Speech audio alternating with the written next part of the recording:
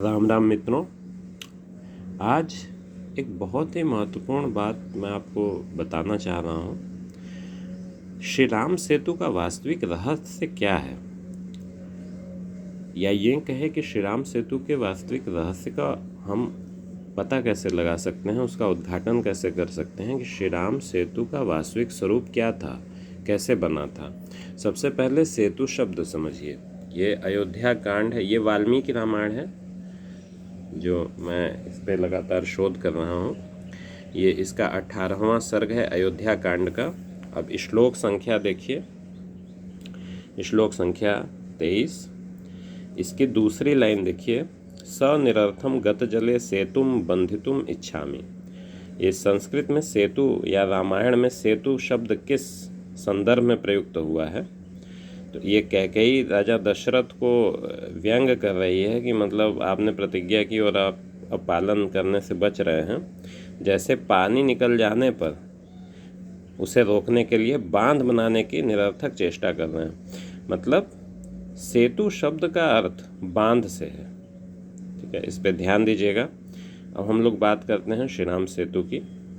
तो उसका जिक्र आया है सुंदरकांड और युद्धकांड में। अब वहाँ चलते हैं। अब ये देखिए, युद्धकांड में ये 22वां सर्ग है।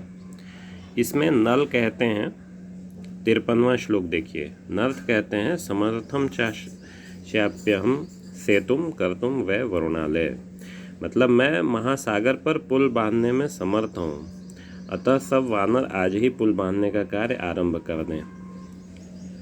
तो अब ऐसा उन्होंने कहा, और उसके बाद ये बहुत सारे जो बहुत बड़ी इनकी सेना थी, वानरों की बहुत बड़ी संख्या थी, तो ये जंगल पहाड़ों में गए। श्लोक संख्या 55 देखिए।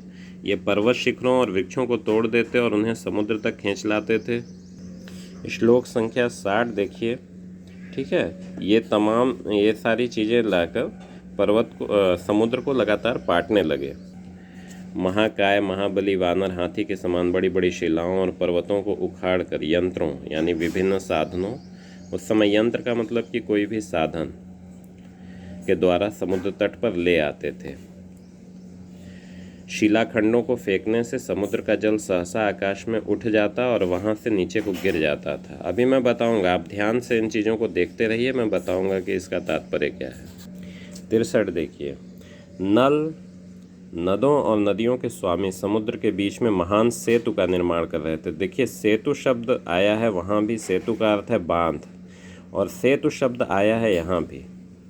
ठीक है, तो वास्तव में हुआ क्या था कि श्री राम ने पता किया, उनकी सेना ने पता किया समुद्र के देवता से, जैसा कि इसमें वर्णित है, या जिस भी साधन से उन्हें पता चला कि जो मिनिमम जो गहराई का क्षेत्र है वो कहाँ है समुद्र में। जो देखिए, ये आगे किस प्रकार वो बांध रहे थे, किस प्रकार वो सेतु बनाए जा रहे थे। तो जैसा कि मैंने आपको अयोध्या कांड में बताया था कैकेयी के उदाहरण से, कि सेतु शब्द का अर्थ बांध के रूप में होता है। ठीक है, संस्कृत में या रामायण में जहाँ पर इसका उल्लेख आया है, तो सेतु का मतलब ऐसा कोई पुल नहीं जो कि कहीं तैर रहा हो या किसी आर्चर्स वगैरह पे टिका हो। उस समय की बात हम लोग कर रहे हैं, जबकि रामायण युग मतलब आज से कम 10,000 साल पहले। ठीक है, तो ये 10,000 साल पहले कैसे? इसलिए क्योंकि जो सेतु उन्होंने बनाया वो आज भी है, बस फ़र्क ये है कि समुद्र का तल बढ़ गया। कालांतर में पृथ्वी की जलवायु और गर्म हुई, समुद्र का तल बढ़ गया, और जो वो एक सेतु की स्ट्रक्चर आज भी वहाँ पर है भारत और श्रीलंका के मध्य, जिसको एडम्स ब्रिज का नाम दिया नासा ने, उसकी तस्वीरों में आया है। और वो कोई तैरता पुल नहीं है, वो एक बांध जैसा है। आज भी वहाँ पे जो समुद्र की लहरें हैं वो निक्षेप करती हैं, और आज भी उसकी जो भारत से श्रीलंका के बीच की मैक्सिमम जो गहराई है वो मात्र 30 फीट है, और जो मिनिमम गहराई है वो 2 फीट। तो आज भी वो मतलब बहुत ज़्यादा गहरा नहीं है, और आज से कुछ हज़ार वर्ष तक वो पैदल चल के पार आप कर सकते थे। वो एक लैंड लिंक का कार्य किया करता था। तो कहने का मतलब आज जो श्रीलंका के वासी हैं वो मूलतः उड़ीसा के हैं। वो उनकी खुद की अनुश्रुतियों से या बौद्ध धर्म के ग्रंथों से, दीपवंश और महावंश से, ये सिंघली अनुश्रुतियों से ये चीज़ें आती हैं। वो कहते हैं कि हम लोग मूलतः कलिंग के हैं, लेकिन हम लोग यहाँ आए। तो जब वो वहाँ गए होंगे, जब उन्होंने माइग्रेशन किया होगा, बहुत संभव है कि वो जो नल का बांधा हुआ पुल है, पुल क्या है, वो बांध समझिए, जो सेतु है। देखिए बांधने का वहाँ पे हर जगह जिक्र आ रहा है, सेतु निर्माण। और सेतु का मतलब यही, सेतु बांधना का, सेतुम बंध्यति वानरा, ये वानर मिलकर सेतु बना रहे थे। तो बाद के काव्यों में पानी में तैरना और ये सब चीज़ें जो कवियों ने लिखा वो उनकी अपनी कल्पना थी। वास्तव में जो ओरिजिनल रामायण में आप देखेंगे तो एक बांध बनाया गया था, और वो बांध आज भी है। बस समुद्र के जल स्तर के बढ़ जाने के कारण वो डूब गया है, क्योंकि पृथ्वी में भौगोलिक परिवर्तन होते रहते हैं। जैसा कि मैंने अपने एक वीडियो में सरस्वती नदी के बारे में भी आपको बताया था। सरस्वती और द्विशतती दो महान नदियाँ थीं जो बहती थीं, और उनके कारण एक बहुत बड़ी सभ्यता का वहाँ जन्म भी हुआ था, सिंधु घाटी सभ्यता। वो सिंधु नदी के किनारे तो थी ही, सरस्वती घाटी में भी थी। बहुत सारे स्थल मिले हैं। राखी गढ़ी में अभी देखिए लगातार खनन चल रहा है। और रामायण में जब भारत की सेनाएं कई देश से आती हैं, तो मैंने आपको श्लोक के साथ अपने पिछले वीडियो में उसका वर्णन बताया था कि वो सरस्वती नदी पार करके जाते हैं।